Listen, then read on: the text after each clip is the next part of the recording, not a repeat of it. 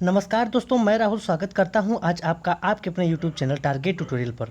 दोस्तों, पवन दूतिका का जो पहला पार्ट का वीडियो था उसे मैंने अपलोड कर दिया है। अगर आपने अभी तक उस वीडियो को नहीं देखा है तो ऊपर आई बटन में या नीचे डिस्क्रिप्शन में मैं एक लिंक दे दूंगा, जहां से जाकर आप उस पहले वीडियो को देख सकते हैं। अगर आपने देख लिया है तो बहुत बहुत धन्यवाद। चलिए आज की इस वीडियो को हम लोग स्टार्ट करते हैं। अगर आपने उस वीडियो को नहीं देखा है तो ये वीडियो आप लोगों को समझ में नहीं आएगा, इसीलिए पहले उस वीडियो को जरूर देख लीजिए।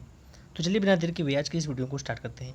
तो उस वाले वीडियो में मैंने दूसरे अर्क से हैं यहाँ तक का अर्थ बता दिया था, उसके आगे का अर्थ मैं आप लोगों को बताने जा रहा हूँ। तो वीडियो को ध्यान से समझिए और देखिए।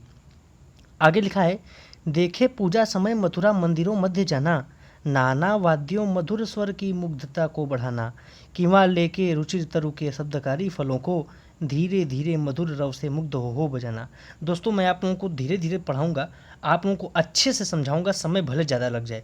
तो आप लोग छोटे वीडियो को मत दिखा कीजिए, थोड़ा मेरा वीडियो बड़ा रहता है, लेकिन आप लोगों को पूरी चीज़ों को मैं अच्छे से समझा दूंगा। आप लोग हिंदी के मास्टर हो जाएंगे, इस तरीके से मैं आप लोगों को पढ़ाऊंगा। ठीक, अब लगातार मेरे चैनल पर वीडियो आते रहेंगे तो हिंदी विषय की तैयारी की पूरी जिम्मेदारी मेरे ऊपर छोड़ दीजिए आप लोग। चलिए अर्थ देखते हैं। तो लिखा है, देखे पूजा समय मथुरा मंदिरों मध्य जाना। यहाँ पर पवन दूतिका को समझाते हुए राधा जी कर रही हैं कि तू जब मथुरा में जाओगी तो तुम वहाँ पर थोड़ा रुक जाना, थोड़ा ठहर जाना, और पूजा के समय वहाँ के तुम मंदिर जो हैं, मथुरा के मंदिर जो हैं, उन मंदिरों के मध्य जाना, उन मंदिरों के बीच से होकर जाना, और नाना वाद्यों मधुर स्वर की मुग्धता को बढ़ाना। और वहाँ जितने भी नाना प्रकार के वाद्य यंत्र रखे हुए हैं, नाना वाद्यों यानी नाना प्रकार के जो भी वहाँ पर वाद्य यंत्र रखे हुए हैं, उन वाद्य यंत्रों के उन वाद्य यंत्रों से होकर जाना और वहाँ से मधुर स्वर निकालना।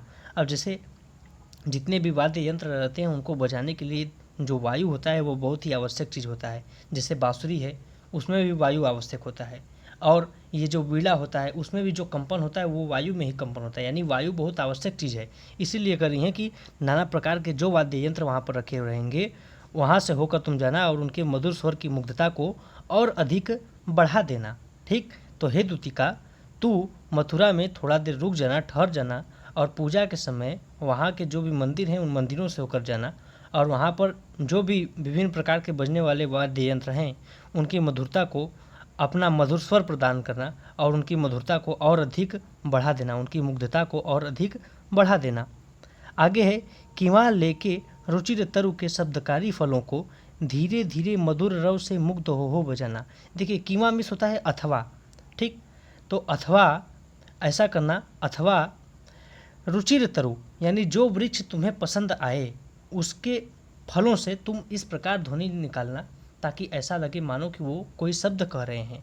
यानी वहाँ पर जितने भी वृक्ष होंगे उन वृक्षों में से, मथुरा के मंदिरों में जितने भी वृक्ष होंगे उन वृक्षों में से जो भी वृक्ष तुम्हें अच्छा लगे, रुचिर मतलब क्या होता है, जिस वृक्ष में तुम्हारी रुचि हो, जो वृक्ष तुम्हें पसंद आए, उस वृक्ष को तुम उस वृक्ष के फलों को बजाना और उनसे अच्छे शब्द निकालने का प्रयास करना। धीरे धीरे मधुर रव से मुग्ध हो बजाना। उन वाद्य यंत्रों को और उन वृक्षों को तुम इस प्रकार धीरे धीरे कंपित करना ताकि उनसे एक बहुत ही मधुर ध्वनि उत्पन्न हो। चलिए दोस्तों आगे देखते हैं। अगर वीडियो आप लोगों को समझ में नहीं आ रहा है तो बैक करके फिर से भले देख लीजिए, लेकिन अच्छे से समझ लीजिए। ठीक, आगे है, तू देखेगी जलद तन को जा वही तदगता हो, होंगे लोने नयन उनके ज्योति उत्कीर्णकारी। अब क्या कर रही हैं, श्री कृष्ण को बता रही हैं कि कैसे तुम श्री कृष्ण को पहचानोगी वहाँ जाकर। तो यहाँ पर लिखा है एक शब्द जलद तन, है ना। जलद तन मतलब क्या होता है, मेघ वर्ण वाले यानी बादल के समान शरीर वाले, अर्थात श्री कृष्ण के लिए लगा हुआ है जलद तन। ठीक, और यहाँ पर एक है लोने। लोने मतलब क्या होता है, बड़ा, आंखें बड़ी होती थी श्री कृष्ण की, तो उसी चीज़ को लिखा गया है लोने। तो हम लोग अर्थ देखते हैं।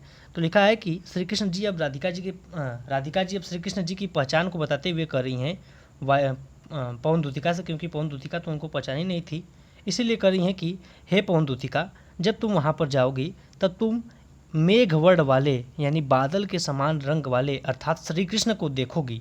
तदगता वहाँ जाकर तुम देखोगी। होंगे लोने नयन उनके ज्योति उत्कीर्णकारी, जिनकी आंखें बड़ी बड़ी होंगी और उनसे ज्योति उत्पन्न हो रही होगी। मुद्रा होगी वर वदन की मूर्ति सी सौम्यता की, सीधे साधे वचन उनके सिक्त होंगे सुधा से। उनकी जो मुद्रा होगी वह वर वदन की होगी। कहने का मतलब क्या है, ध्यान से समझिए। कहने का ये मतलब है कि उनके श्रेष्ठ मुख होए, है ना, और उनके मुख पर जो भाव होगा वो ऐसा होगा मानो किसी मूर्ति में जैसे होता है। एक मूर्ति को आप देखते हैं तो उसका कितना सुंदर उसके चेहरे से भाव दिखाई देता है। तो श्री कृष्ण के चेहरे पर जो सौम्यता होगी वह सौम्यता किसी मूर्ति के समान होगी, और उनके जो वचन होंगे, उनकी जो वाणी होगी, जो उनके मुख से निकल रही होगी, वो बहुत ही सीधी सादी होगी, लेकिन सिक्त होंगे सुधा से। सिक्त मतलब क्या होता है? भीगा हुआ, लेकिन अमृत से भीगे हुए होंगे। श्री कृष्ण जो बात बोलेंगे, उनकी बातें जो होंगी वो बहुत ही सीधी सादी होंगी, लेकिन उनकी बातों को सुनकर ऐसा लग रहा होगा मानो कि उनके बात जो हैं वो अमृत में डूबे हुए हैं। चलिए आगे देखते हैं दोस्तों। आगे लिखा है, नीले फूले कमल दल सी गात की श्यामता है। उनके श्यामता यानी जो सांवलापन है श्री कृष्ण का, गात यानी शरीर, श्री कृष्ण के शरीर का जो सांवलापन है वो नीले फूले कमल दल, कमल का जो पंखुड़ी होता है नीले रंग का, यानी नील कमल के पंखुड़ी के समान उनके शरीर की श्यामलता है। उनके शरीर का सांवलापन कैसा है? खिले हुए कमल के, नीले कमल के समान है। ठीक, पीला प्यारा वसन कटी में पहनते हैं फबीला। वह अपने कटी में, कटी यानी होता है कमर, तो वो अपने कमर में कैसा वस्त्र पहनते हैं? पीला वस्त्र पहनते हैं, जो कि बहुत ही, वसन यानी वस्त्र, है ना, जो कि बहुत ही फबीला लगता है। फबीला मतलब क्या होता है? बहुत ही अच्छा लगता है, उन पर खिलता है। तो उसी चीज़ को कर रही हैं कि श्री कृष्ण पीले वस्त्र पहने रहे होंगे अपने कटी यानी कमर में, जो कि बहुत ही सुंदर दिखाई दे रहा होगा।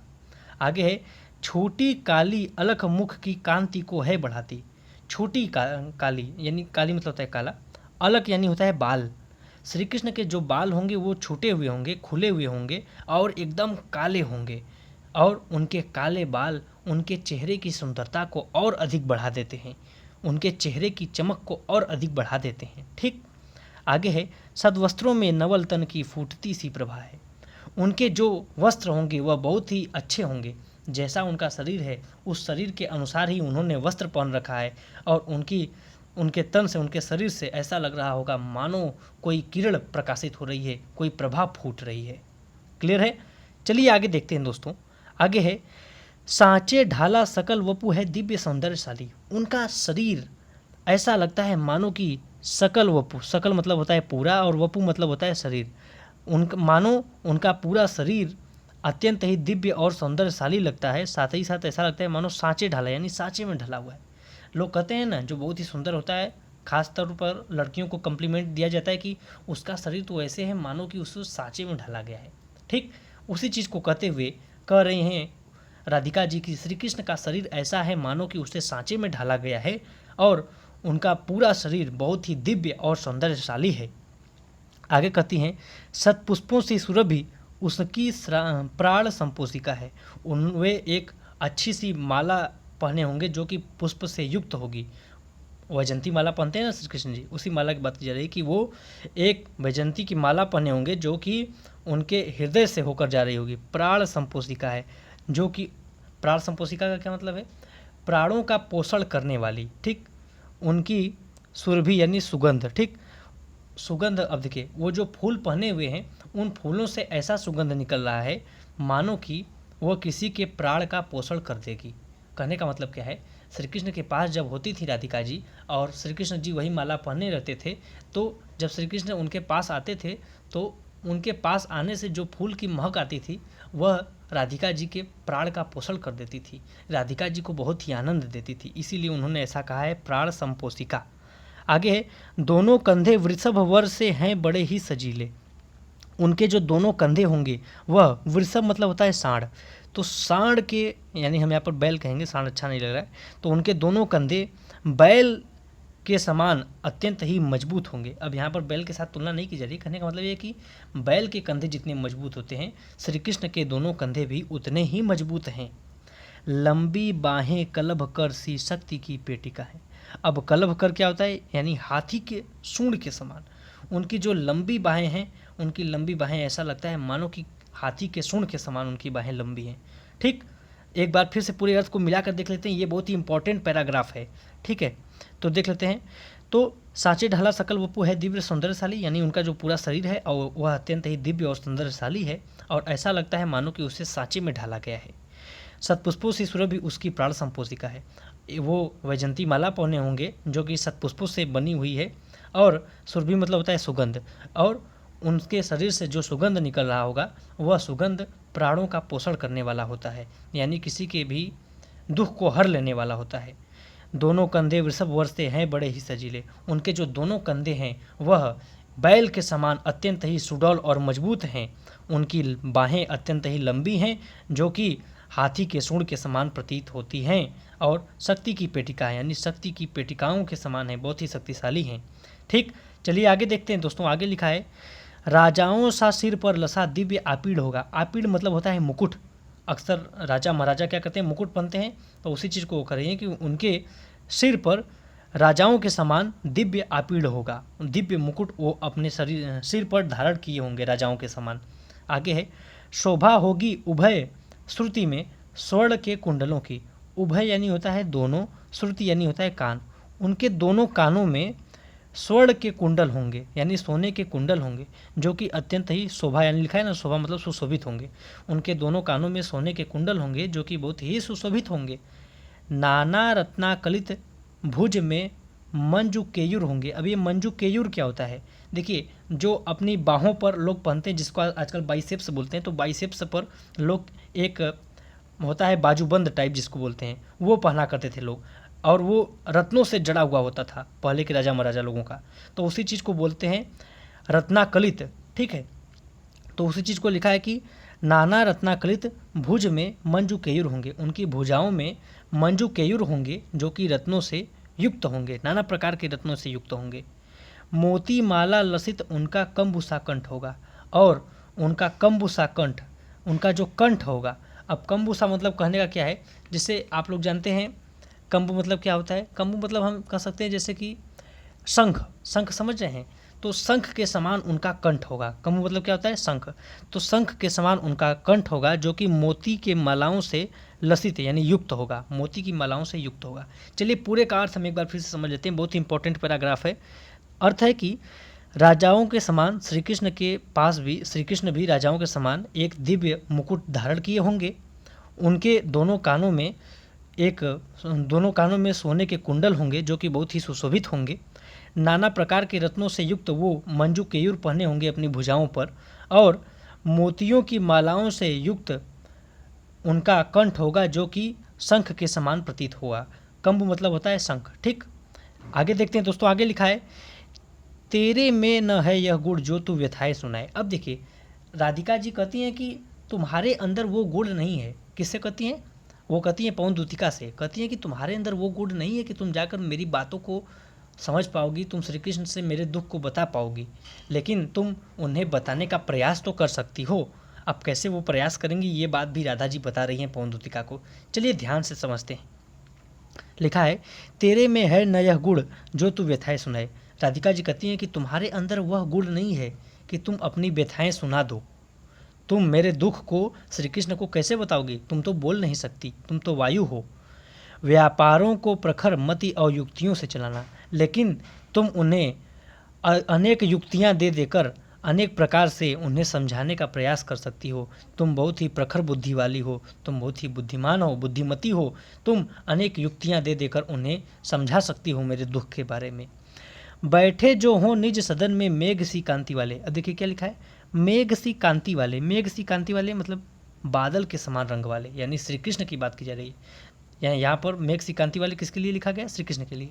तो राधिका जी कहती हैं कि अगर निज यानी अपने, सदन यानी घर में, यदि अपने घर में श्री कृष्ण बैठे हुए रहे होंगे तो चित्रों को इस भवन के ध्यान से देख जाना। जिस भवन में श्री कृष्ण बैठे हुए होंगे उस भवन में जितने भी चित्र लगे रहे होंगे उन सारे चित्रों को तुम ध्यान से देख लेना।